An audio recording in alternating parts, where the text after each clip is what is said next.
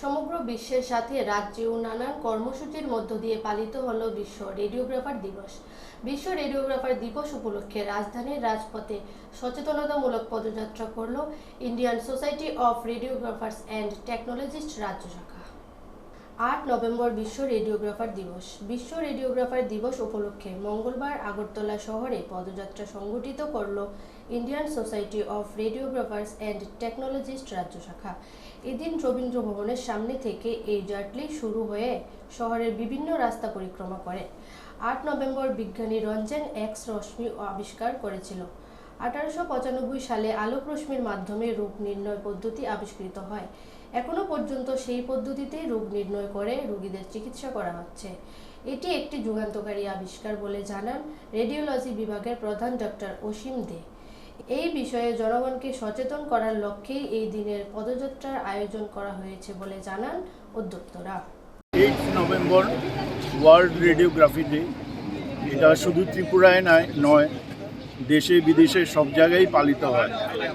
এই দিনটিতে scientist Ranjan X ray রশ্মি আবিষ্কার করেছিলেন।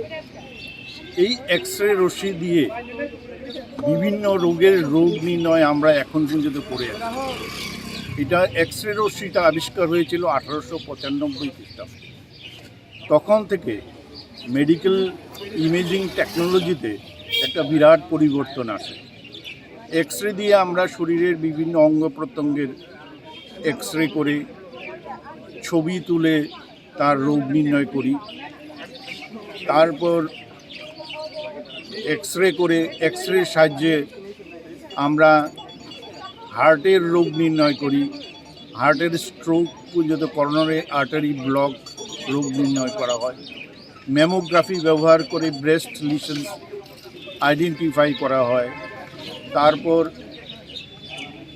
ডেক্সা ব্যবহার করে আমাদের বোনসের ভঙ্গুরতা কতটা আছে সেটা নির্ণয় করা হয়।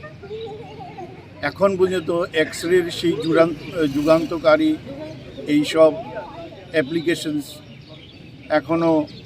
তারপর আরেকটা ইম্পর্ট্যান্ট আমি বলিনি, যেমন সিটি স্ক্যান দিয়ে, সেটাও এক্স রে দিয়েই হয়। সিটি স্ক্যান দিয়ে বিভিন্ন রোগ নির্ণয় করা হয়। আজকের যে পদযাত্রা, তার যে theme radiologist and radiographer supports the patient care, এই থিমের উপর বেসিস করেই আমাদের আজকের এই পদযাত্রা।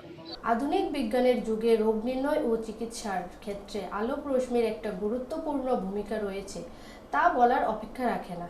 সে যাই হোক, একদিন মানুষকে সচেতন করার লক্ষ্যে Indian society of রেডিওগ্রাফার্স and technologist রাজ্য শাখা যে জার্নির আয়োজন করেছে তা প্রশংসার দাবি রাখে বলে অভিমত বিভিন্ন মহলের।